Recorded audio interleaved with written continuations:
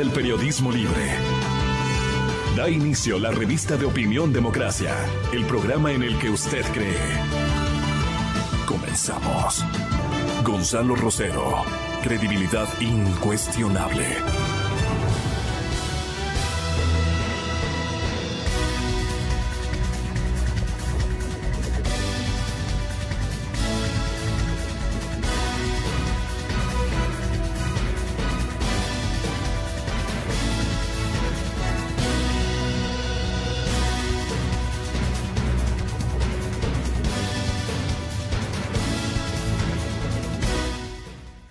Buenos días, estamos iniciando esta mañana de martes para conversar con ustedes. Bueno, y de inmediato pasamos ya al trabajo. Está en línea telefónica el periodista Cristian Zurita.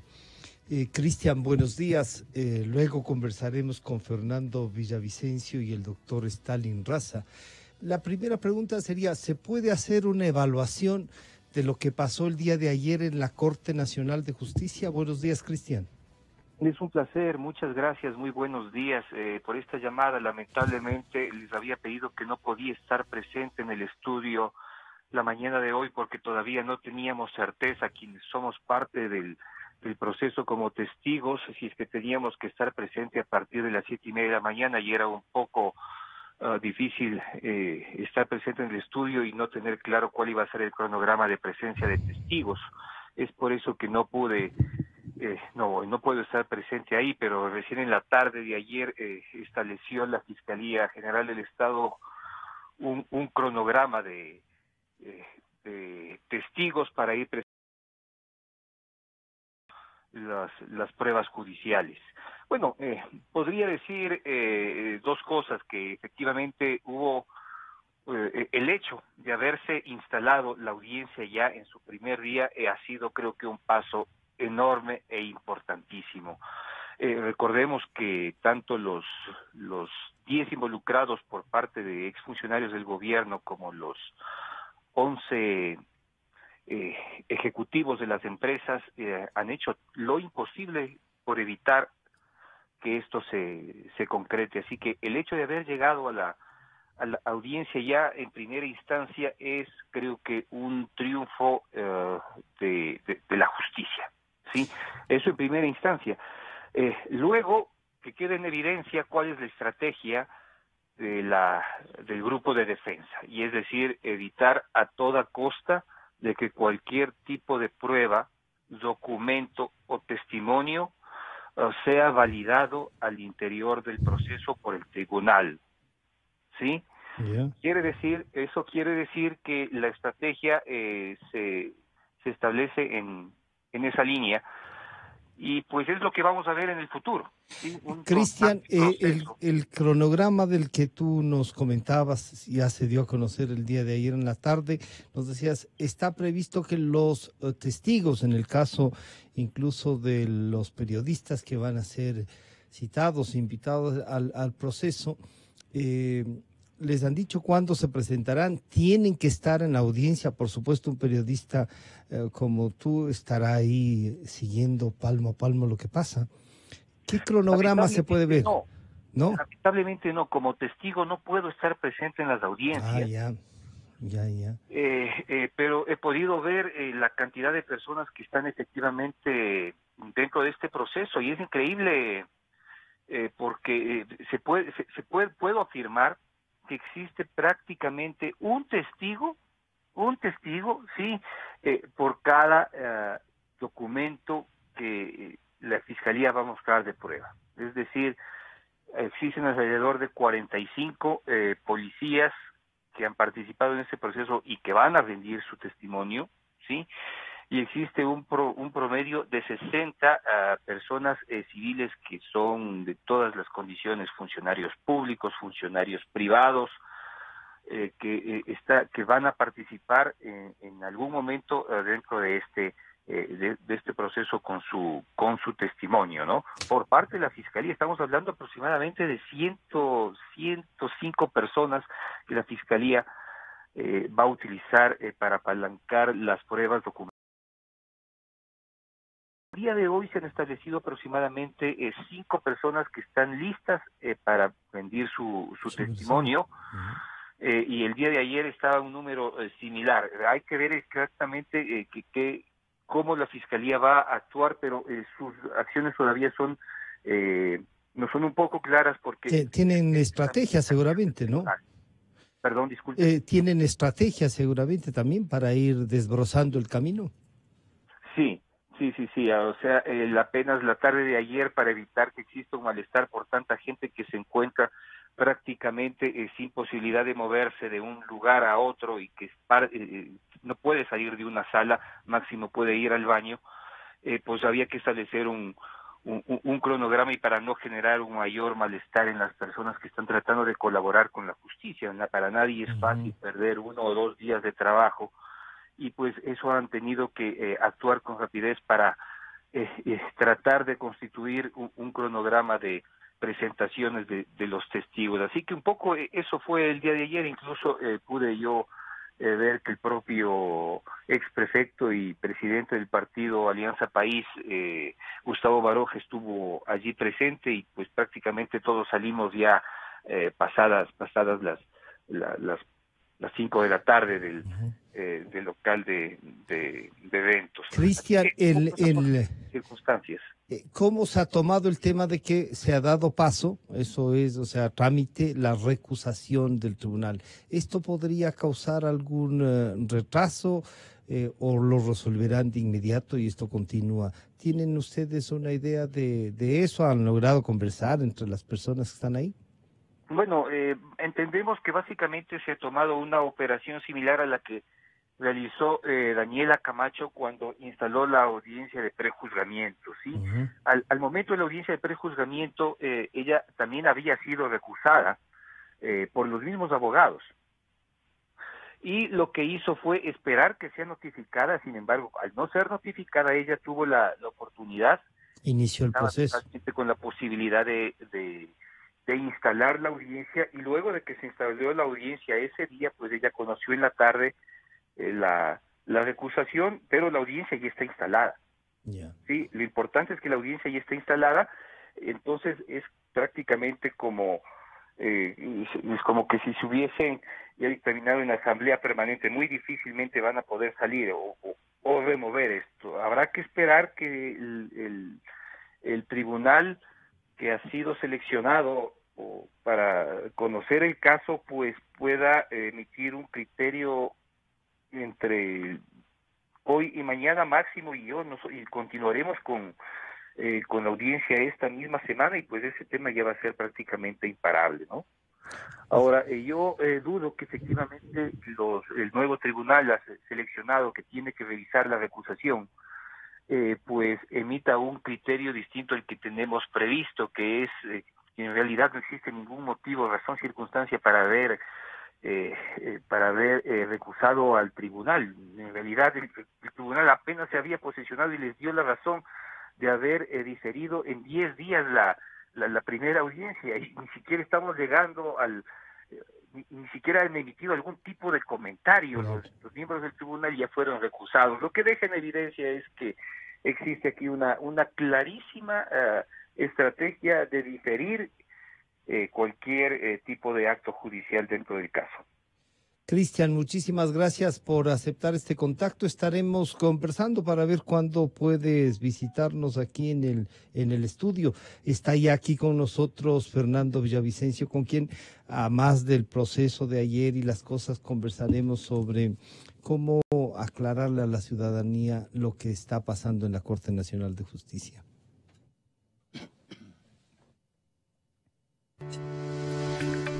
Hemos trazado un camino de trabajo y diálogo.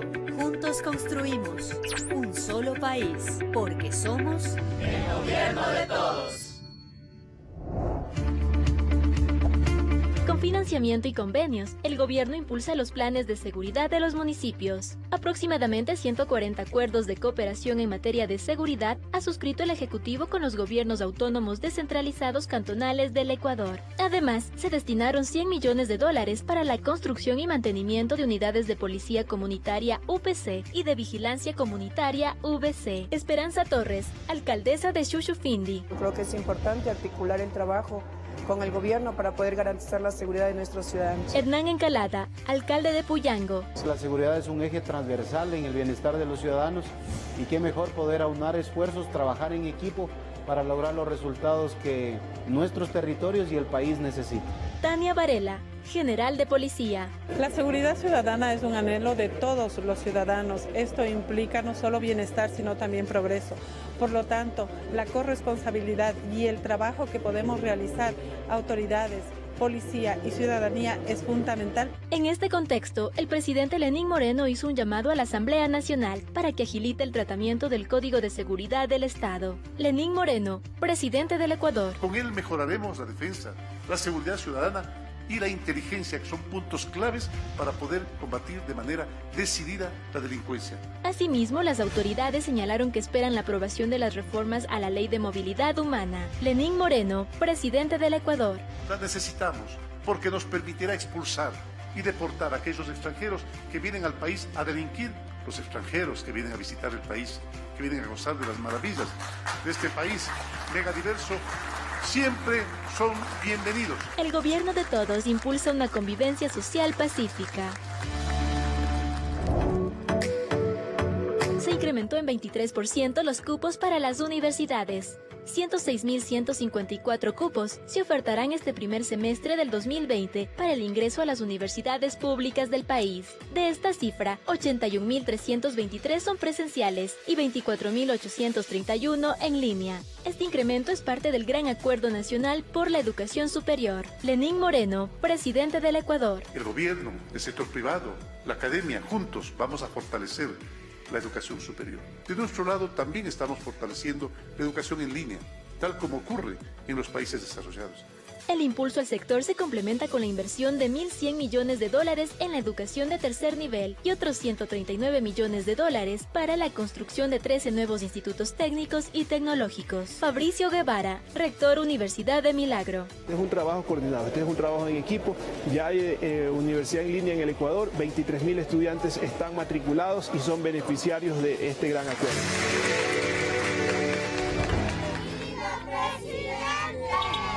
Escuela Comunitaria reabrió sus puertas en Pedro Moncayo de Pichincha.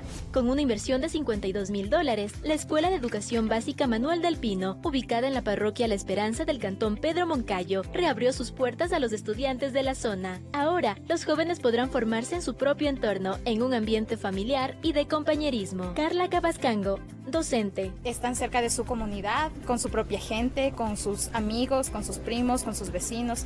Esto va a ayudar la educación a una mejor educación comunitaria. Como docente, es una alegría contar con espacios que faciliten para la enseñanza. Con este establecimiento comunitario, que dispone de cancha de uso múltiple, juegos infantiles, laboratorio de computación, entre otros servicios, ya son cerca de 100 instituciones educativas rehabilitadas. Y hasta finalizar el año, el gobierno de todos repotenciará un total de 1.000 escuelas, con una inversión superior a los $50 millones. Anderson Cuásquez, estudiante. Hoy cumplí mi sueño de tener mi escuelita cerca de mi casa. Lenín Moreno, presidente del Ecuador. Me alegro por esos pequeñitos que ahora sí van a tener la posibilidad de ver cómo su escuela va creciendo poco a poco con el conocimiento, con el amor, con el afecto. De forma permanente impulsamos acciones para que la ciudadanía acceda a una educación inclusiva y de calidad. 10.200 kilómetros de la red vial ampliarán su cobertura digital.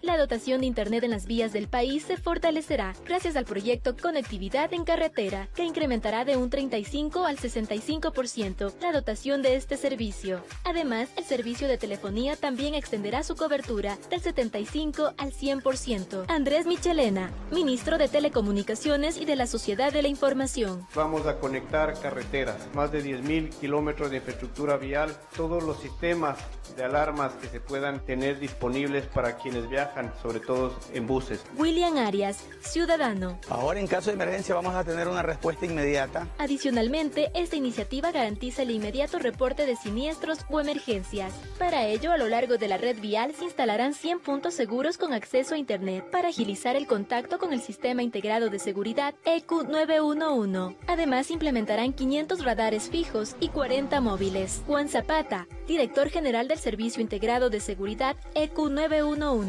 Mientras la respuesta sea más rápida, podemos salvar mucho más vidas. Por eso es que los tiempos de respuesta con esta aplicación se van a disminuir. Lenín Moreno, presidente del Ecuador. Qué grata noticia el saber que estamos cumpliendo una promesa gubernamental. La inmensa alegría que nosotros compartimos con ustedes de que el Ecuador a fin de año estará totalmente conectado. Ulises Junco, ciudadano. Estamos en el camino correcto. Vamos juntos al Ecuador digital. Seguimos ampliando la conectividad en todo el país, principalmente en las zonas en las que habitan las poblaciones más vulnerables.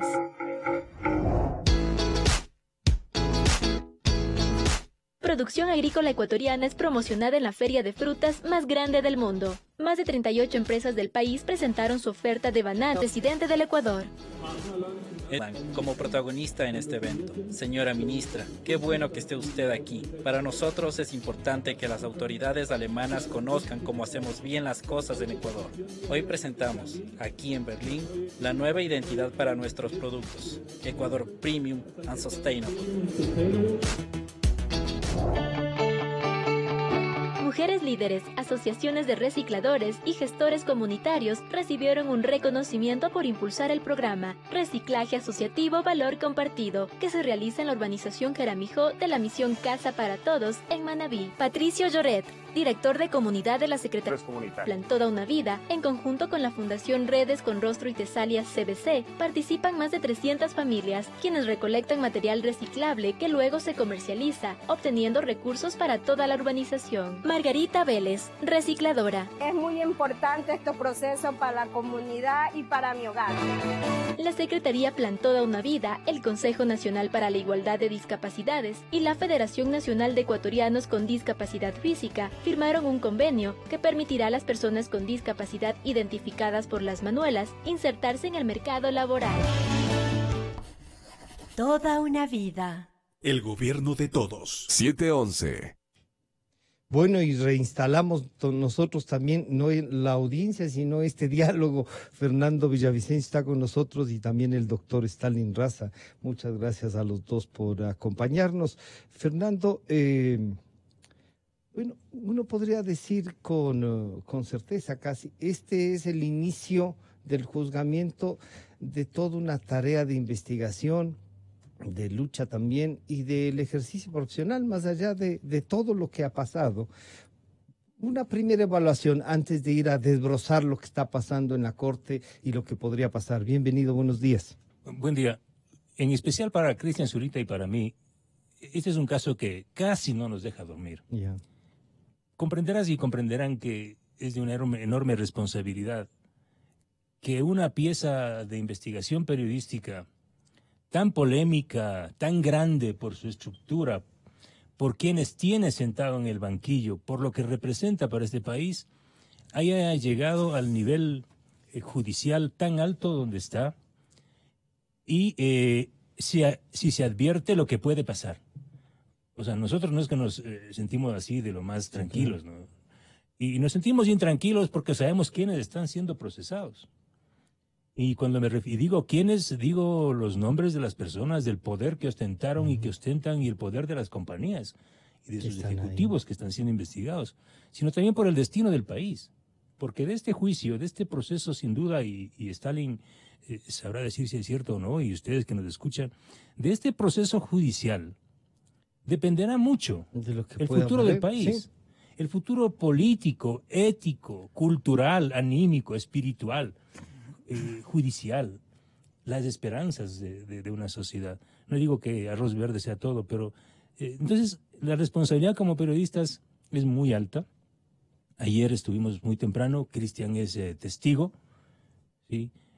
Estaba ahí pues prácticamente recluido en una sala junto al espacio donde se desarrolla esta gran audiencia, la sala de audiencia a reventar. Sí. Como alguien dice, millones de dólares en las sillas. Sí. Millones todos están sentados, no solo por lo que se juzga, sino por lo que cuesta. Y es una broma amigable. Sí, yo les claro. digo, y cuando les digo que a veces el periodismo de investigación da de comer a muchos, pues es cierto, da de comer pero no solo a muchos da de abogados. Comer, entonces... No son gratos ni una cervecita, sí, nada. Quitemos la cerveza. Pero bueno, sí, algunos nos quedan viendo muy mal, obviamente, ¿no? Algunos tú estás asistiendo. Porque hay algunos abogados que se casan prácticamente con su cliente y está bien, pero nos quedan viendo muy mal, otros, hola Fernando, ¿cómo está? Y claro, para nosotros es una obligación hacer un seguimiento. Lo más destacado de ayer fue, sin duda, la instalación de la audiencia. Esta instalación, proceso, eso es Esto se realiza luego de varios petardos que lanzaron aquí para torpedear esta audiencia, este juicio histórico, este juicio del siglo, como se llama. Y mira tú, y miren ustedes que los argumentos de los abogados, de los procesados, han sido muy pobres para intentar tumbar esta audiencia. Casi siempre ha sido la diarrea. Incluso en una ocasión, uno de los abogados, el abogado de Jorge Glass, tomó una fotografía. Envió muestras de sus heces a la jueza Camacho para demostrar tangencialmente que no podía estar en la audiencia. Y luego eran una serie de certificados médicos de varios abogados de los líderes de esta mafia que presentaban certificados de que estaban con diarrea y otros en viajes a Miami. Es decir, inventaron cualquier cantidad de cosas para y el último incidente sería la recusación. El último incidente, y en eso aquí está el doctor Raza, quien sabrá explicar un poco más, pero yo a mi pobre manera de entender jurídica, entiendo que ya perdieron esa batalla. Cuando digo perdieron es porque la audiencia está instalada y una audiencia no se puede suspender, y entiendo que su pataleo durará unas pocas horas, un día, máximo 2 días tal vez. Esto ya pasó en el proceso anterior previo con la doctora Camacho. Sí. Es decir, hasta ahí llegará el pataleo del líder de la estructura delincuencial, como llamó ayer muy acertadamente la fiscal Diana Salazar. Es una estructura criminal liderada por Rafael Correa desde la presidencia de la República. Creo que es terriblemente acertada esas palabras de la fiscal, que coinciden enteramente con el producto de investigación periodística realizado por Cristian Zurita, y quien habla. Doctor Raza, bienvenido, buenos días. Decía Fernando que, claro, el éxito está en haber iniciado. Veamos entonces la estructura del proceso, cómo está. Se instala, hay la recusación, pero la recusación fue antes, se logra instalar, hay la similitud con lo que le pasó a la jueza Camacho. ¿Y qué podemos esperar? ¿Se puede tratar ahora mismo la recusación ya aceptada a trámite? Bienvenido. Buenos días, Francisco, Fernando, a quienes nos escuchan también, buenos días. Sí, efectivamente la recusación fue presentada antes de que se instale la audiencia. Es verdad, como lo dice Fernando, que hay una regla del Código Orgánico Integral Penal que dice que una vez instalada la audiencia, esta no se puede suspender, salvo por causas absolutamente justificadas, ¿no? Y claro, la recusación podría entenderse como una causa justificada, porque lo que se está cuestionando es la competencia de los jueces, nada menos que la competencia de los jueces.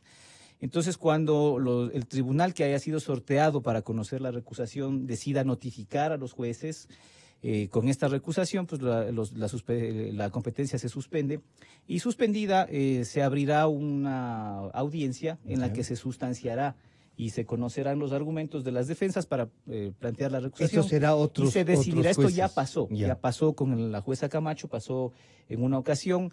La audiencia se suspendió por horas, se suspenderá hasta por un día máximo. Los jueces pronunciarán su resolución de manera oral. No se requiere que se notifique por escrito. Tampoco se requiere. No, porque las decisiones que son manifestadas de manera oral entran en vigencia inmediatamente. Y entonces continuará la audiencia, ¿no? Si es que los jueces deciden no aceptar las recusaciones. Previsiblemente no hay lugar a que se acepten las recusaciones, porque las causales que se han invocado parece que no tienen el suficiente argumento, la suficiente contundencia. Son 2 las causales. La una es que uno de los jueces habría conocido la recusación anterior, lo cual no tiene nada que ver, no hay conexión entre los dos procesos asunto en concreto que se está conociendo, no hay una conexidad entre los dos temas. En concreto, el juez que conoció de la recusación no conoció de los hechos del caso, conoció simplemente de la competencia o no de la jueza Camacho. Y esa es otra historia. Es un tema procesal, no es un tema sustancial que tiene que ver con el fondo mismo del caso. Y la otra tiene que ver con que los jueces, los otros 2 jueces que integran el tribunal no habrían sido sorteados. Es verdad que el sistema de sorteos que maneja la presidencia de la Corte Nacional de Justicia es un misterio para quienes estamos desde afuera.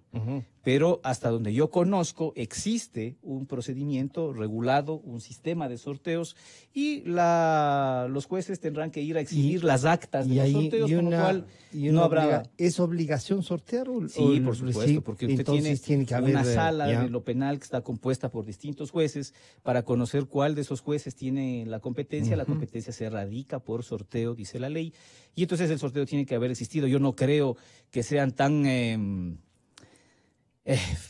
negligentes el no haber hecho un sorteo cuando la ley lo manda, y más todavía en un caso de tanta trascendencia, si tienen casos todos los días, donde sortean todos los días.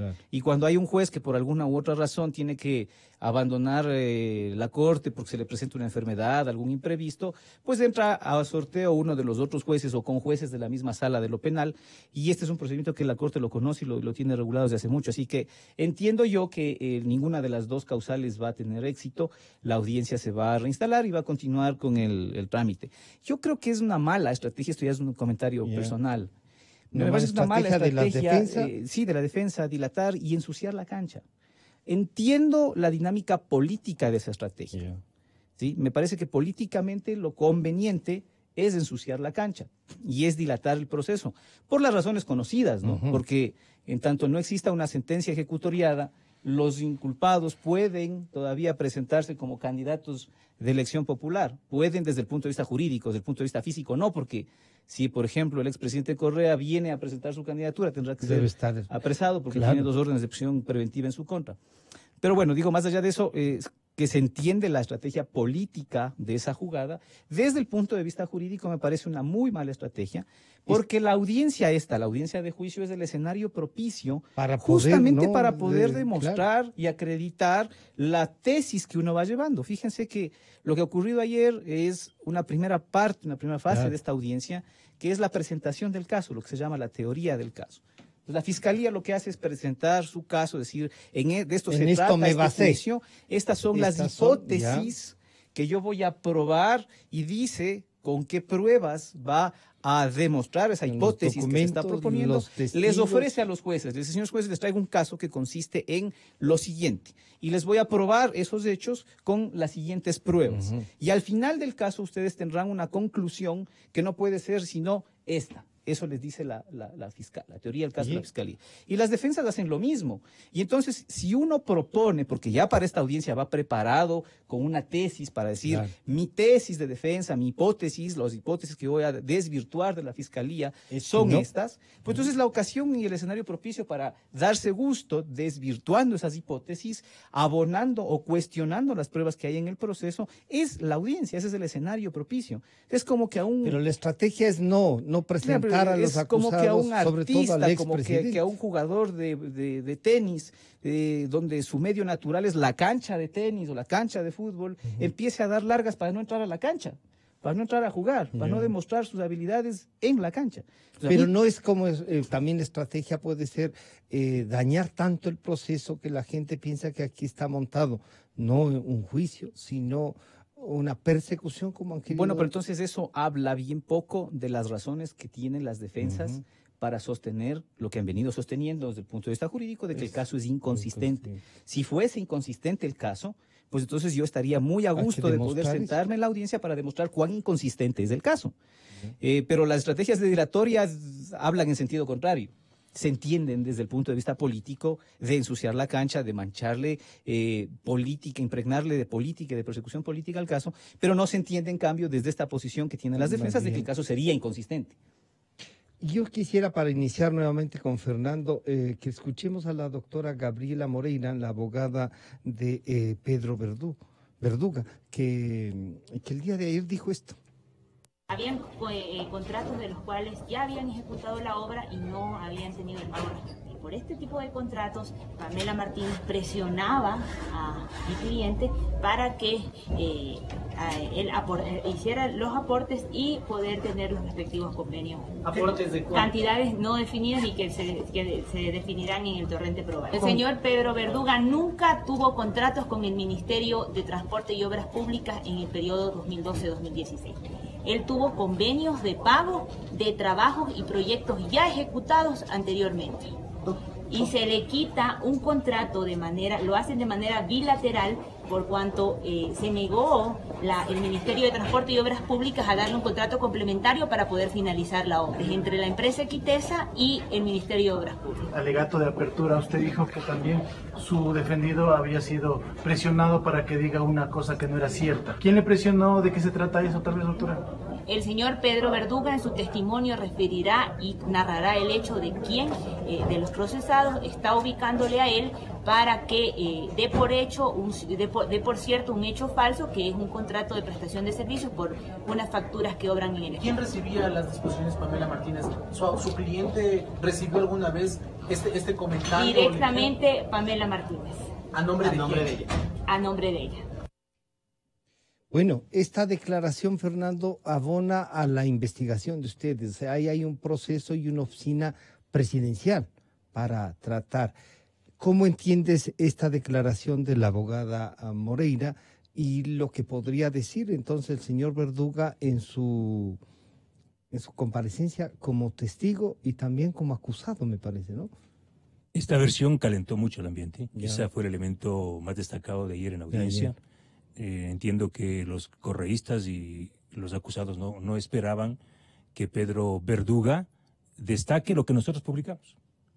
Si ustedes revisan el expediente Arroz Verde publicado por La Fuente y Mil Hojas, en este expediente nosotros señalamos que Equitesa, el señor Pedro Verduga, se comunicaba constantemente y se reunía constantemente con la señora Pamela Martínez y que incluso Pamela Martínez ejercía acciones a favor de Equitesa y del señor Pedro Verduga en procesos que se ventilaban en varias instancias judiciales. Esa era la forma en la que pagaba favores. En mi cuenta de Twitter, yo acabo ayer de reproducir algunos documentos que fueron remitidos por el señor Castellanos, que era el empleado de Pamela Martínez de Nexo Global, tras cumplir las gestiones que la señora Pamela Martínez había acordado con Pedro Verduga para pagar esos favores, es decir, la entrega de recursos por parte una de cosa que es novedosa que dice la doctora Moreira es, no es que se firmó contratos en el 2012-2016, sino que obras entregadas y que debía el Estado al señor Verduga, no se lo pagaba, y para pagar le presionaron. Efectivamente. No tiene nada que ver en qué fecha firmaron los contratos. Sí, porque hay contratos y que se van pagando a lo largo, y son para 2, 4, 5 años. Entonces, hay un récord de planillas de facturas que hay que pagar y obviamente esta oficina creada por Rafael Correa. Esta oficina no fue abierta por Pamela Martínez, es lo primero que deben entender los ciudadanos y ellos saben, me refiero a los acusados, esta oficina, esta dependencia de sobornos que funcionó al comienzo en el edificio La Unión y luego y también simultáneamente funcionaba en el edificio Concord de la ciudad de Quito, estas dos oficinas no fueron creadas deliberadamente por la señora Pamela Martínez, fueron abiertas por disposición y acuerdo tras una conversación. Eso está publicado en nuestros expedientes de la señora Pamela Martínez, del señor Jorge Glass, el señor Rafael Correa Delgado. Es decir, este gobierno paralelo, organizado en la sombra, nació bajo disposición, conocimiento de Rafael Vicente Correa Delgado. Por eso es que la acusación, la teoría del delito, sí, como señala la fiscal, es perfecta. Sí, claro. Es perfecta y coincide enteramente con toda la investigación nuestra. Por eso el titular de nuestra primera investigación, publicada el 3 de mayo, dice: Odebrecht y otras multinacionales pusieron presidente en Ecuador. ¿Y cuál es el fondo de esta trama? Es que el partido Alianza País, y esto es muy importante lo que ayer dijo la fiscal y que es preciso, Rafael Correa no solo era el presidente de la República, Rafael Correa era el presidente de Alianza País. Claro. Esto es mucho más grave y es exactamente así. Porque Correa, como presidente de la República, organizó una estructura delincuencial criminal que operó desde el Palacio de Gobierno, que operó también en oficinas paralelas pagadas con recursos del Estado. Es decir, hay otros delitos, porque ¿con qué recursos se pagaba el edificio, las oficinas en la Unión y en el edificio El Concord? ¿Y por qué la señora Martínez, que era asesora de él, y Laura Terán, que eran empleadas del Estado, públicas, claro. Y la señora Olga Muentes, que no está procesada, y ayer hubo reclamos. Olga Muentes es una figura clave que apareció por primera vez en el caso de Jorge Glass, de Odebrecht. Olga Muentes era la asistente personalísima de Jorge Glass. Ella es la que recibió a José Conceição Santos en la vicepresidencia de la República. Eso consta en expediente. Sí. Otro cuadro importante que tampoco está ahí y que fue sobreseído fue María Augusta Enríquez, que era la asistente del señor Vinicio Alvarado. Es decir, esta estructura funcionó bajo conocimiento entero de los principales líderes de la Revolución Ciudadana y tenía como líderes, reitero, a poderosas figuras de la estructura administrativa del Estado. Me refiero a ministros, coordinadores como Jorge Glass, vicepresidente como Jorge Glass, María de los Ángeles Duarte, ministra. ¿Sí? Aquí no es el problema, como decían ayer los abogados de la defensa, ¿acaso nombrar un ministro es un delito? No. Pero que un ministro pida plata, eso sí es un delito. Claro. Pues, si no a cambio de contratos. El ejercicio de un cargo. Sino María de los Ángeles Duarte y Walter Solís. Mira tú que la figura de Walter Solís este rato es gravitante. Claro, se vuelve muy importante. Por eso lo primero que debería hacer el Estado ecuatoriano, la justicia de este país, ya debía haber estado en los Estados Unidos y ya deben haber pedido la captura y la extradición de Walter Solís, porque el rato que el señor Solís cante, o sea, Pavarotti, cualquiera queda corto, va a cantar como una banda de pajaritos y va a llevarse a todos, y va a llevarse a todos bien abajo, porque el señor Walter Solís es el que recibía palitos, un palito, otro palito de Hidalgo y de otras compañías. Fernando, pero realmente podría ser que Solís hable, si es que se cumple con todo. Le vamos a preguntar ya a Stalin qué deberíamos hacer para que venga, o estará dispuesto a lo que le está pasando al ex vicepresidente, que no canta nada. Primer punto de la agenda de la reunión del señor Donald Trump con el señor Lenín Moreno. Debe ser el tema de la justicia, el tema de la impunidad, el tema de la ética. Hay 11 procesados, varios de ellos presos en los Estados Unidos.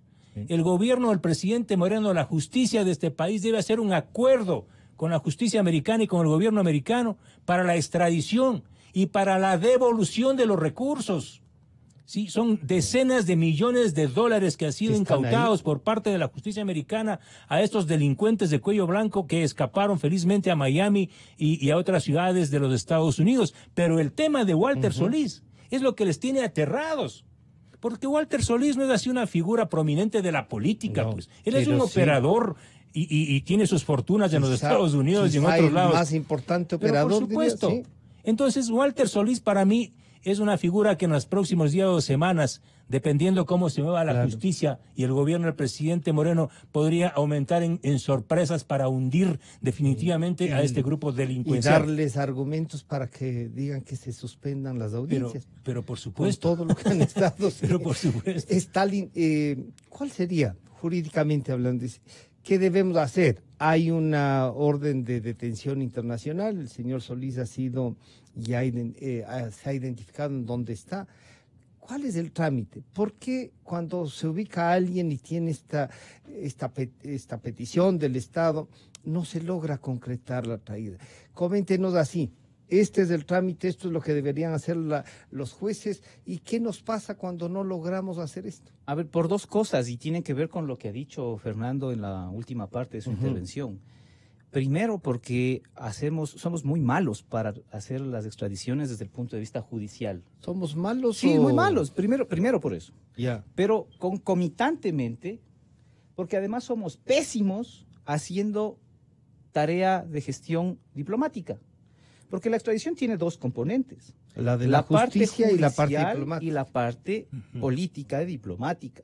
Y entonces si hay un divorcio entre las dos instituciones que tienen que hacer eso, Corte Nacional de Justicia y Cancillería, y más que Cancillería, Estado ecuatoriano, porque el responsable de la política internacional del Estado es el presidente de la República. Entonces, si hay interés en el Estado en verdaderamente conseguir una extradición, hay que tener bien hechos los deberes desde el punto de vista jurídico, traducida la información, si es que el país al que se le requiere es en otro idioma, apostillados los documentos, certificados, con todos los anexos, sin perderse cuáles son los requisitos de una legislación y de otra para que no existan estas objeciones. Y después de hacer bien esos deberes jurídicos que nos han observado, ahí tienen ustedes recientemente la extradición del señor González, de Ramiro González en el Perú. ¿Qué le dijo Perú al Ecuador? Le dijo, nos mandaron incompleta la información, no nos han determinado cuál es el delito, no nos han determinado cuál es la sanción, cuál es la pena aplicable. Entonces le dicen, y es vergonzoso que le digan al Estado ecuatoriano, vea, vaya función judicial del Ecuador, haga bien las cosas. ¿Ya? Primera cosa. Y segunda, si efectivamente hay interés en que las cosas prosperen, tiene que haber gestión diplomática, lo que ha dicho Fernando. Si existe una intención de conseguir las extradiciones, si existe intención de que ya establecidas los montos de la reparación y localizados los delitos en el extranjero, hay la voluntad de traer esos dineros, hay la voluntad de hacer las gestiones para que esto pase, esto ocurre no porque el Ecuador le vaya a decir a los Estados Unidos, señores, tengo una sentencia en contra de fulanito o sutanito y me debe 4 millones o 5 millones de dólares, entrégueme porque usted tiene los 5 millones allá. ¿Qué le va a decir los Estados Unidos? O sea, usted dice a los gringos, devuélvame la plata, y los gringos van a decir, sí, Ecuador, qué lindos que son ustedes, vaya, tome la plata. No, pues, esto pasa por estrategias geopolíticas que son superiores. Y si hay que tramitar un caso de extradición que sea importante, hay que meter en la agenda de la gestión diplomática y geopolítica eso. Hay acuerdos internacionales que tienen que empezar a funcionar. Exacto. Hay acuerdos internacionales que nos obligan a las partes, pero también cuando usted nos dice la justicia no prepara bien, ¿quién debe preparar entonces el expediente con la traducción? ¿Debe ser la Corte? Sí. No es la diplomacia. Es la presidencia de la Corte Nacional de Justicia la que tiene que recopilar la información que le mandan los jueces y para eso tiene además un grupo de gente que trabaja específicamente en eso y tiene que hacer bien su trabajo, coordinando con Cancillería. Y Cancillería tiene que hacer bien su trabajo coordinando con la justicia. No hay otra alternativa. Ahora, si las instituciones trabajan de manera separada, independiente, como islas que funcionan solas, ninguna de las dos cosas va a pasar. Pero podría ser que alguien está buscando la forma de que no coordinen para que justamente fracase esto. Sí, si uno tiene suspicacia podría pensar eso, pero la verdad es que lo que se ha visto es que son trámites que están ahí dormidos años y varias veces son devueltos y hay que volver a presentar de acuerdo con las reglas que le pide el Estado requerido. No hay ¿Se otra podría, Fernando, buscar al señor Solís? Claro, ya no hay que buscarlo, ya está ubicado. Invitarle a que se presente, hacer un acuerdo con él. ¿Eso es posible? Porque ahora esto del acuerdo para que declaren, como que se está viendo un poco mal, ¿no es cierto? Hay una orden de captura. Claro, y ahí. Sí, o sea, aquí lo que tiene que es la justicia de este país y la diplomacia, y eso es exactamente así. Si lo uno no funciona bien, lo otro funciona a medias. Es decir, si no hay una simbiosis, si no hay un acuerdo, si no hay una armonía entre el trabajo judicial y la diplomacia, entonces esto se cae. La experiencia con el Perú es gravísima, pero ahí no estamos hablando de que fueron ineptos, sino que fueron deliberadamente ineptos. Que es otra cosa completamente pero ahí entonces alguien estaba muy interesado en eso. Por eso digo, hay dos experiencias fatales con el caso de Perú. La una es el caso de Jaime Vaquerizo Escobar.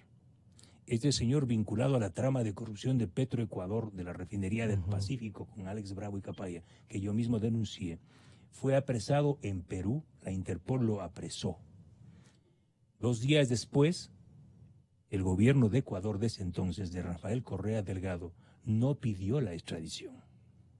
Entonces, hubo una carta emitida desde el Estado ecuatoriano diciendo que si la justicia del Perú lo quiere devolver, que lo devuelva.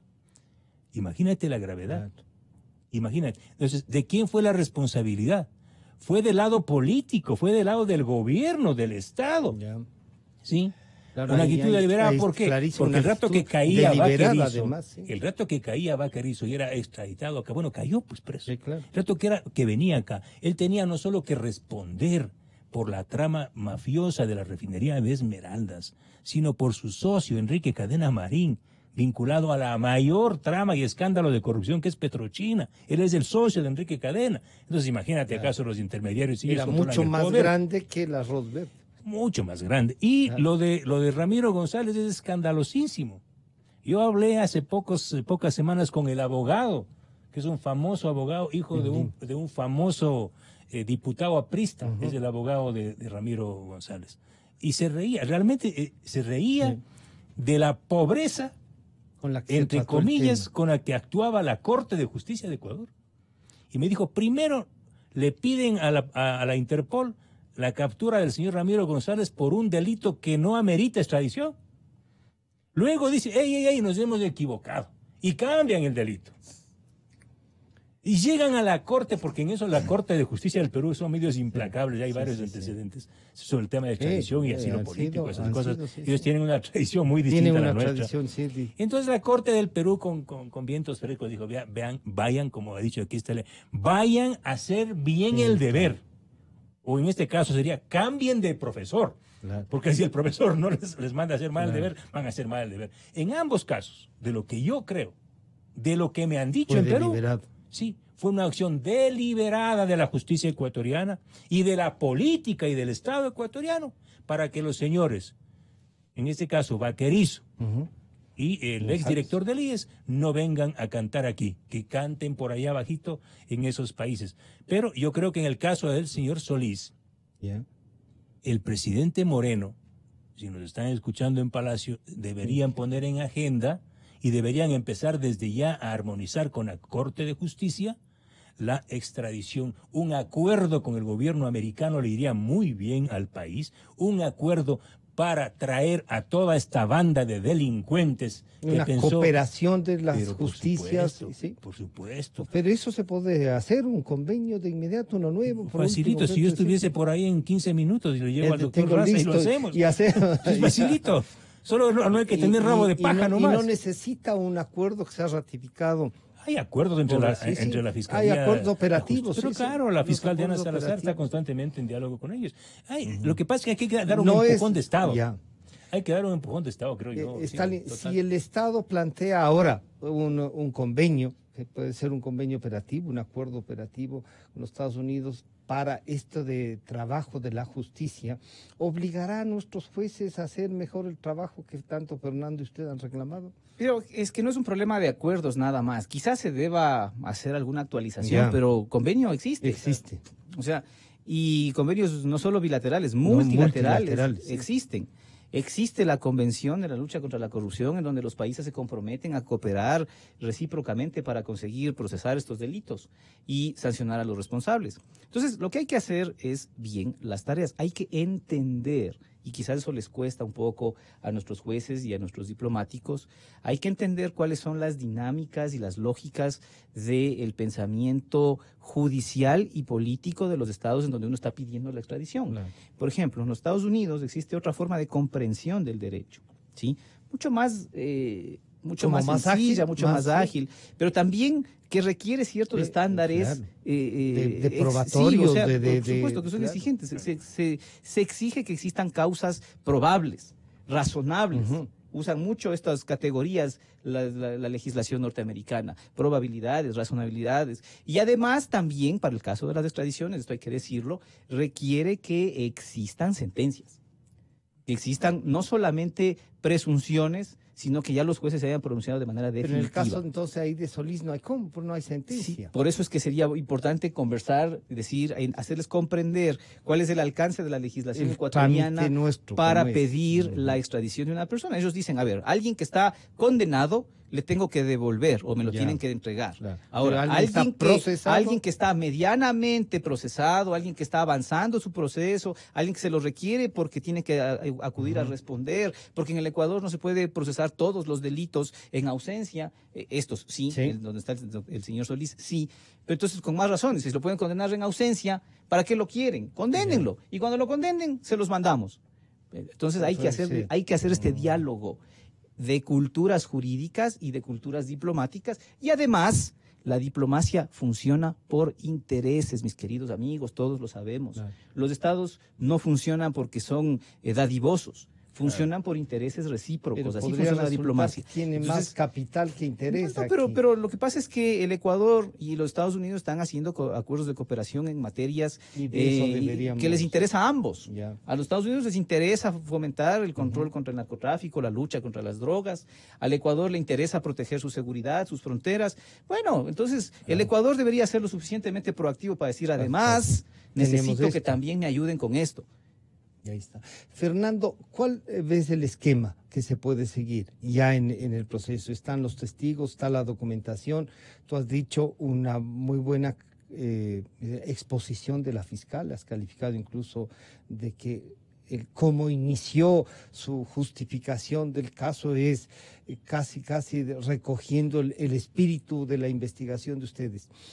De acuerdo a esa investigación, ¿cómo miras que puede irse dando el proceso? En el punto en el que está el caso, en el punto en el que está este proceso, y yo creo que a la fiscal no le quedaba otra. Yo he sido crítico con la fiscal, con la jueza Camacho, desde la versión periodística. Obviamente hay una gran diferencia, sabrán entender. Una cosa es como uno investiga las piezas que uno tiene, y otra cosa es que estas piezas correspondan judicialmente, tenga la fuerza de evidencia y de prueba. Y ese ya es un trabajo muy minucioso, exquisito de la fiscalía. Es mucho más técnico, Por eso, en técnica jurídica. Por eso ya ves, amigos, sabrán disculpar que desde la vertiente, desde la corriente, de este río del periodismo, uno tiene una versión. No tanto, uno tiene piezas armadas, pero judicialmente esas piezas no siempre sirven para el proceso. Eso ya es parte del trabajo fiscal y judicial. Entonces, pero dejando atrás todas estas observaciones, y yo creo que la fiscal ha llevado el trabajo, ¿sí?, la acusación a un punto bastante solvente. Incluso ayer yo la vi lúcida, hasta con un pequeñito sello de valentía y dejaba un olfato a fuerza política. Porque a veces a un fiscal sí le hace falta esa fuerza, es decir, defiendo a un país, defiendo a la justicia, defiendo a las víctimas. Por supuesto, lo que está haciendo una fiscal es defiendo un país. Este no es un caso cualquiera, no es que se han robado una alcantarilla o una fábrica de salchichas. Y el grupo no es... No. Estaba en una plaza. Arroz Verde habla del robo de la democracia. Ese es el tema de fondo. Un país sin democracia, sin justicia. Porque ¿qué es lo que está investigándose? De cómo un grupo de ilustres ciudadanos que se paseaban por las radios y por los medios, jovencitos de ellos, de ojos claros algunos, ilustrados unos, con titulazos otros, le ofrecieron a este país una revolución, un cambio radical de manos limpias, de corazones ardientes, contra los imperios de este mundo y del otro. Eso fue la Revolución Ciudadana. Pero resulta que no era eso. Resulta que era un grupito que en nombre de esa revolución quería tomar todos los poderes del Estado, no solo el poder ejecutivo. Y en efecto tomó todos los poderes del Estado en sus manos: la Asamblea, la Corte Constitucional, el poder electoral, hasta el poder constituyente tenía en sus manos, las Fuerzas Armadas, la policía. Todo en sus manos. ¿Y con qué plata financiaron eso? Con plata obtenida de sobornos, porque eso es lo que es Arroz Verde. Arroz Verde prueba que este grupito tomó el control de todos los poderes y exigió el pago de sobornos a las compañías contratistas para darles contratos con sobreprecios. Es decir, que los sobornos salieron de los sobreprecios de los contratos adjudicados a dedo, sin licitación, ¿por orden de quién? De Rafael Correa, porque fue Rafael Correa quien declaró la emergencia, falsa emergencia en los sectores estratégicos para adjudicar a dedo, como puedes ver y como pueden escuchar, amigos y amigas. Es decir, esto fue deliberadamente preparado en un laboratorio mafioso, porque los contratos a dedos, solamente pensemos, si Correa no podía, si un ministro no podía entregar un contrato a dedo, no había Arroz Verde. porque tenían que ir a licitación, y si había licitación, ¿dónde venían los sobornos? No había sobornos, ¿está claro? Es decir, esta estructura que fue bendecida en la Asamblea de Montecristi fue parte de una estructura delincuencial. Eso es lo que se está investigando. Eso es lo que está acusando la Fiscalía. Por eso la fiscal habla de que esta estructura mafiosa, criminal, fue dirigida por Rafael Correa como presidente de la República y como presidente de Alianza País. Porque esta plata de los sobornos, que es plata del pueblo ecuatoriano, ¿sí?, fue dirigida una partecita a financiar las campañas. Es decir, que todas las autoridades de Alianza País, presidentes, vicepresidentes, asambleístas, alcaldes, prefectos, concejales, todos fueron elegidos de forma ilegal, de forma inmoral, de forma corrupta. Vivimos más de una década de una democracia falsa y corrupta. Eso es arroz verde. Entonces, yo digo, sí, ayer le noté a la fiscal, porque ella empieza diciendo, hablando, este gobierno corrupto. Y claro, eso no es muy jurídico que se diga, ¿no? No, sí. En la presentación del caso, generalmente uno tiene que empezar, eso lo dice la conseja, la técnica, con una frase o con un resumen de lo que va a presentar en su caso, como que para causar la atención. Es parte de la argumentación, de la retórica permitida y más aconsejada para poder presentar un caso. Tiene que empezar así. Pero sí, me parece que eso habla bien de no esconderse detrás de falsos tecnicismos para llamar a las cosas como son. Y ahí me parece que es necesario tener en cuenta lo siguiente. Habíamos hablado de que una de las cosas más llamativas de la instalación de la audiencia de ayer fue la intervención de la abogada del señor Verduga. Y ahí yo quiero decirles lo siguiente. A mí me parece que ella está presentando una tesis de su caso, que es una tesis diferente, bastante diferente a la tesis de Fiscalía. Fiscalía dice cohecho. ¿Qué es cohecho? Cohecho es recibir dineros a cambio, recibir por parte de los funcionarios públicos dineros a cambio de cumplir con una tarea propia de sus funciones. Eso es cohecho, recibir. La abogada dice exigía. Le presionaban para Una pagar, de las procesadas exigía. Eso no es cohecho. Eso se llama concusión. Acuérdense, la señora Vicuña acaba de ser juzgada 1 año de prisión por el delito de concusión. O sea, estuvieron juzgados con la señora Vicuña los asesores a quienes ella exigía que les depositen. Pero ahí los asesores eran víctimas. No. Entonces, la estrategia y la posición de la abogada del señor Verduga tiene que ver con eso, pues. Ella probablemente va a ver, tiene la intención de que cambie el curso del proceso que está. Eso le iba a decir, porque la señora dice a mi cliente le pidieron, le exigieron, no le pagaban, él ya terminó el trabajo. Claro, entonces seguramente ella va a sentar en su caso que no se trataba de un cohecho en el que es copartícipe el que da y el que recibe, sino de una concusión en el que solo responde el que exige. Así que, ojito también con ese tipo de cosas, porque lo mismo puede predicarse no solamente de un contratista, sino de todos, ¿no? Claro, pero esa podría ser, Fernando, una estrategia. Claro, por favor. Sí. O sea, de la matriz de arroz verde, estamos viendo que se pueden derivar varios componentes distintos, pero también otros delitos como peculado, porque el rato que se investigue, ayer decían los abogados de la defensa, no se ha presentado aquí un solo informe de Contraloría que determine la ilicitud de un contrato, el sobreprecio, por ejemplo. Claro. Entonces yo creo que esto derivaría en otros procesos. Sí, y a mí me parece que hace bien la fiscal, me parece que es una buena estrategia de la Fiscalía abordar uno por uno los casos. Porque de lo contrario se hacen unos megaprocesos en donde los hechos se confunden, los testigos se confunden, se mezclan. Por ejemplo, alguien le criticaba a la fiscal que por qué no ha iniciado el concurso de delitos de cohecho, de tráfico de influencias y de peculado. Y me parece que la fiscal hace bien en diferenciar las cosas porque, por ejemplo, peculado y cohecho son imprescriptibles, se pueden juzgar en ausencia, tráfico de influencias no. Entonces, ahí se vuelve una mezcolanza, una fanesca que entorpece las cosas. Me parece una buena estrategia. La calificación cambio de lo que hace la fiscal es la que le permite llevar adelante el caso. Los jueces que están conformando este tribunal en esta etapa de juzgamiento pueden decidir que no se trata de un cohecho, sino de una conclusión. Podrían cambiar. Sí lo pueden, por supuesto. Ahí yo difiero con algunos de sus invitados de ayer, mi querido Francisco, que decían que acá lo que se decide es culpabilidad o no, nada más. No, también se decide qué tipo de delito, materialidad de la infracción. O sea, qué culpabilidad tipo de sí, pero puede ser en otro delito. Sí, por supuesto. Entonces, pues están permitidos de hacer eso.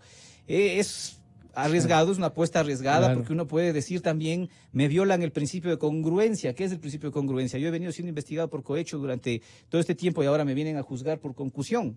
Hay un cambio ahí importante. O sea, es un proceso complejo. Hay que reconocer que es un proceso complejo. Y una de las cosas que me parece bien para tratar y abordar bien este proceso complejo es lo que ha hecho también la Fiscalía de designar a un vocero.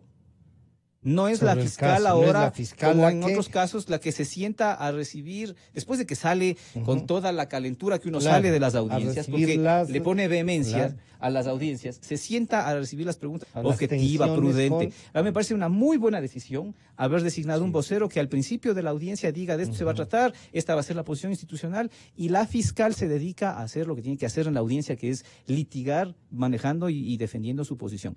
Lo mismo deberían hacer los abogados, porque puede pasarles lo mismo, ¿sí? Claro. O sea, está bien, se comprende que los abogados quieran de pronto enviar pastillas informativas en defensa de sus casos, se entiende. Pero yo sí creería que hay que tratar de descontaminar a los casos de estas reacciones espontáneas. No digo que los casos deberían estar ausentes del debate público, no, en absoluto. Es necesario que el periodismo, que el debate público esté atento a lo que está pasando en la audiencia. Pero es muy diferente que se den ruedas de prensa al momento de salir de la audiencia, porque creo que esto no abona en beneficio de lo que tiene que pasar. Decía Cicerón, y después lo recogía el juez Hodge en los Estados Unidos, decía, una buena sentencia es aquella que no sorprende a quien ha estado atento de lo que ha venido pasando el momento de la audiencia. Pero ahí hay una cosa, este sí es un caso mediático, y cuando hay un caso mediático, claro, ni bien salen, la gente quiere saber, y es bueno que estemos siguiéndole al caso, porque si no, todo esto que usted nos acaba de comentar, el mero hecho de que cambien, por ejemplo, la tipificación del delito, podría traer abajo todo el caso planteado por la fiscal. O sea, tiene implicaciones importantes, ¿no? Implicaciones importantes y mensajes también que pueden ser preocupantes. Porque si termina juzgándose el caso por concusión, pues entonces los contratistas, bien, gracias. Claro. Mucho ojo con eso. Claro. Ahí la estrategia, y por eso es que decíamos las declaraciones de la doctora Moreira, Gabriela Moreira, es una víctima, no es un participante, podríamos entenderlo así. Y claro, eso lleva a otro delito, pero podría ser solo con él, no con los otros. Tienes ahí es una trama general con una línea transversal en la que todas las empresas estaban obligadas, entre comillas, a cumplir ese requisito. Los límites o los decibeles pueden variar. En algunos casos, un funcionario público pudo haber ejercido presión porque era prácticamente tierra no de nadie, tierra de ellos. Era un poder ustedes cuando estaban narrando el hecho, había un documento que decía, hablé ya con Julano de tal, me dio 300.000, pero le estoy presionando por más. Llegamos a un acuerdo de 300.000. Y todo eso por ejemplo, en los registros verdes que nosotros tenemos en las hojas de Excel, que son minuciosamente fueron llevados por esta señora Laura Terán. Ella tenía una capacidad de abstracción que y de resumen, ¿no? Entonces, hay expresiones como esta que dicen, le dice Pamela Martínez, Laurita, hay que cumplir la disposición de SP y exigirle que paguen eso. O sea, Pamela Martínez exige, presiona, exige, sí, pero a nombre de, porque ella no tiene el poder, ese es el punto. ¿Ella qué poder tiene para adjudicar un contrato? Ahí viene el otro punto. O sea, es posible que sí, es cierto que la señora Pamela Martínez exigía. Pero ¿cuál era la potestad, la facultad directa de la señora Pamela Martínez en el caso de los contratos con el señor Pedro Verduga? Ninguna. Ella no tenía la capacidad, la potestad de ordenar el pago de facturas, claro, y mucho menos de la firma de contratos. Eso estaba bajo responsabilidad del METOP, de la Senagua y de otros. No, por eso es que la Fiscalía maneja la tesis de la delincuencia organizada, de la estructura de poder Había una organizada, estructura de poder, claro, en donde cada miembro del engranaje responde por su participación, pero el engranaje es una maquinaria global. Maquinaria, sí. Y ahí la pregunta sería lo que acaba de decir Fernando.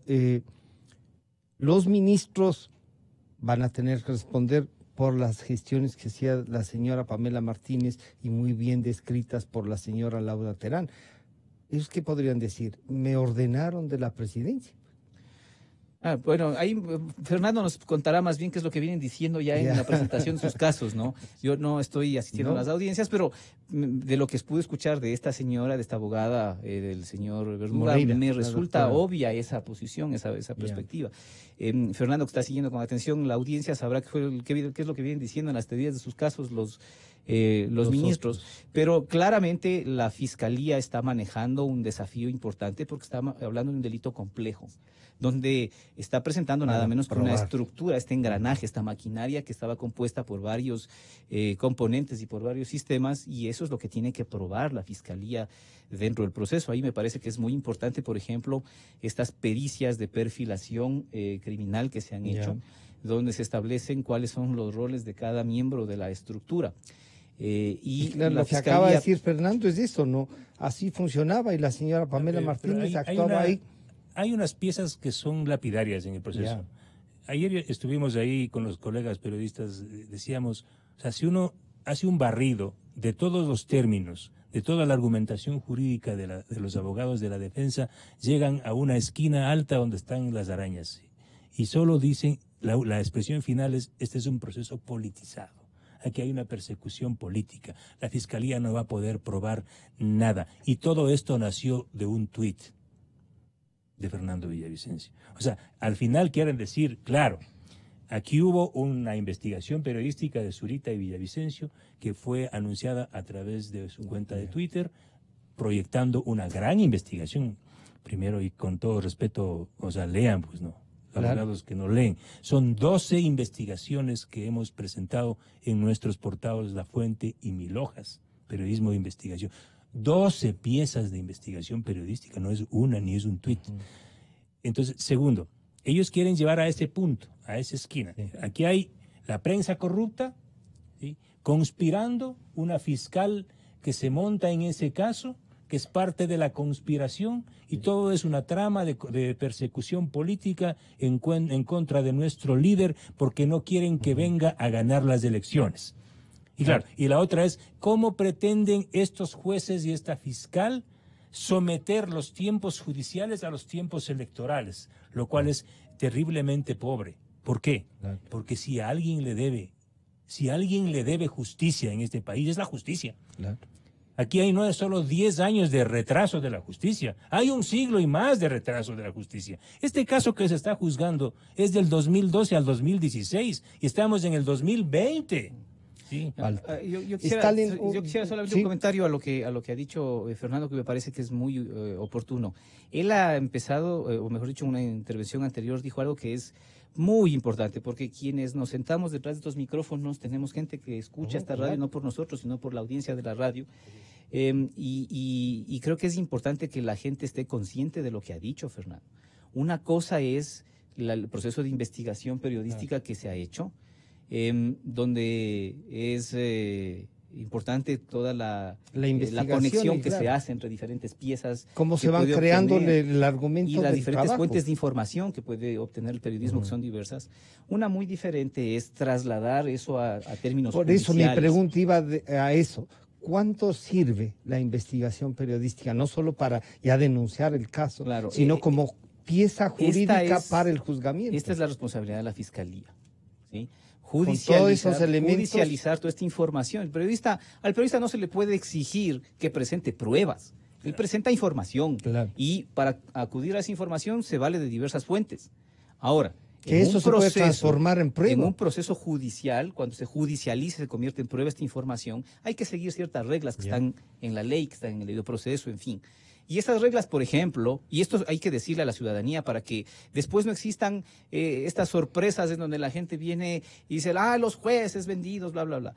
Hay que tener conciencia, y en eso está el escrutinio público, en saber si efectivamente el trabajo que hace la Fiscalía, que es quien tiene la carga de poder judicializar esto, ofrece, primero, que las fuentes de información ya no sean anónimas, ya no sean ilegales, que sean contrastadas, que sean comprobadas, que sean aceptadas que tengan judicialmente. prueba documental, por que supuesto. Gente que le diga. Segundo, que los testigos que se van a sentar a rendir sus testimonios ofrezcan toda la información de manera adecuada, que la Fiscalía sepa extraer esa información, que los abogados de la defensa también hagan su trabajo en poder encontrar si es que acaso existen o no contradicciones. Que recuperemos entonces Tercero, la justicia. Y digo esto porque me Fernando. parece llamativo lo que Fernando ha dicho, que los abogados se acorralan en el argumento de la persecución política. Porque resulta que este caso, y esto sí lo digo porque es importante que la ciudadanía también esté alertada, este caso sí presenta, pues dentro de la complejidad que yo hablo, algunas complicaciones. Por ejemplo, cohecho, perfecto. Cohecho tenemos, y además un periodo, ¿no? 2012-2016. Campaña del 2014 de por medio, que era la campaña de los gobiernos seccionales. ¿Sí? Y resulta que en 2012-2016 habían dos códigos. Uno que está del 2012 hasta el 2014 vigente. Había dos, y otro que está del 2014, de agosto de 2014 hasta, hasta la actualidad vigente. Entonces, una de las primeras cosas con las que se tienen que enfrentar los jueces, ¿qué se va a aplicar? Por eso me parece llamativo que los abogados no estén presentando este tema, ¿no? Porque una cosa es del cohecho, del Código Penal, y otra cosa es del cohecho, del Código Orgánico Integral Penal, porque hay elementos del tipo que sí son distintos, que sí exigen otras cosas. Entonces, a ver, los jueces tendrán que decidir esto también. Los jueces tendrán que decidir licitud de la prueba, y ahí habrá un amplio debate sobre licitud de las pruebas. Los jueces tendrán que decidir sobre credibilidad de los testimonios. Los jueces tendrán que decir un montón de cosas que a mí me parece que si los abogados no lo han presentado en sus alegatos iniciales, efectivamente estaríamos frente al caso de lo que advierte Fernando, de estrategias pobres. Si me permites, Francisco, para ilustrar esto, lo que dice el doctor Raza, periodísticamente, ¿qué es una evidencia? ¿Sí? Un indicio periodístico, y cómo este indicio se puede convertir en una prueba. Claro. Por ejemplo, en el caso de Odebrecht, nosotros publicamos indicios y evidencia periodística de que Odebrecht había aportado dinero a las campañas electorales del 2013-2014. ¿Cómo esto se convirtió en una prueba? Me corrige si estoy equivocado. Cuando a través de testimonio de cooperación eficaz, el Consejo Conceição Santos Filho dice ante juez, sí, yo entregué $5.6 millones a Pamela Ahí ya no hay un dato periodístico, sino una prueba. Correa. O cuando el Servicio de Rentas Internas, nosotros señalamos que el mecanismo de cruce a través del mecanismo de cruce de facturas, sí, Alianza País mandaba, por ejemplo, a fabricar camisetas, o contrataba, por ejemplo, al señor Seco Guerrero de Pueblo Nuevo que le instalara los equipos para las campañas. Entonces, ¿qué empresa le pagó?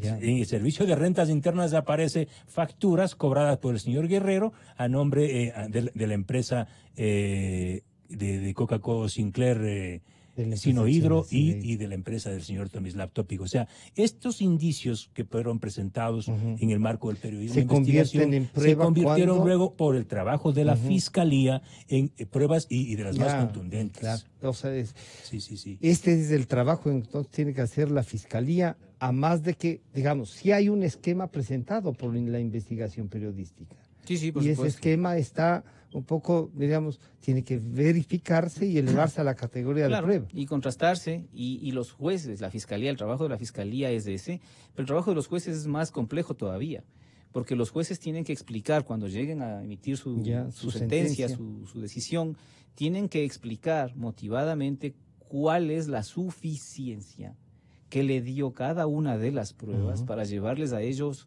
al convencimiento, además en materia penal, más allá de toda duda razonable de que una persona es culpable de un delito o no. Es un trabajo importante que tienen que hacerlo técnicamente. O sea, aquí no se les pide que hagan cosas de extraterrestres, que hagan un trabajo de jueces que estén valorando y evaluando bien la prueba. Y para esto, la teoría de la persecución política contamina el proceso, porque el proceso debe ser técnico. Pero van a ser, Fernando, no solo van a decir que está politizado, sino que adicionalmente a eso que hay, qué sé yo, una animadversión de las de estas, pero que no hay pruebas. Pero la mejor prueba de que no tienen pruebas ya es que ellos recurran a la peregrina argumentación, entre comillas, de que hay una persecución política. O sea, un buen abogado de la defensa, si quiere probar la inocencia, sí, bueno, ¿quién tendría que probar la culpabilidad del fiscal? Sí. Pero si quiere demostrar la inocencia de su defendido, es recurrir menos a la política, ser mucho más... O sea, buscar lo que se ha dicho aquí, la técnica, ¿no? La posición del abogado de la defensa en realidad no es demostrar la inocencia, es exhibir las inconsistencias de la acusación. De la acusación. Y eso es técnico, muy técnico. Claro. Y solamente encubrirse detrás de persecución, lawfare, ni sé qué, no es técnico. Yo quiero agradecerles a ustedes y comprometerles además a seguir, ¿no? A hacer un seguimiento, a buscar, a ver lo que van diciendo. Seguramente de esto, Fernando, vendrá las conclusiones y a lo que llegue se podrá hacer. En el caso va rápido. Imagínate que ¿sí? ayer en un solo día se evacuó casi todos y fue rápido. Yo mismo me quedé sorprendido. Entiendo ya lo que ha dicho el doctor Raza.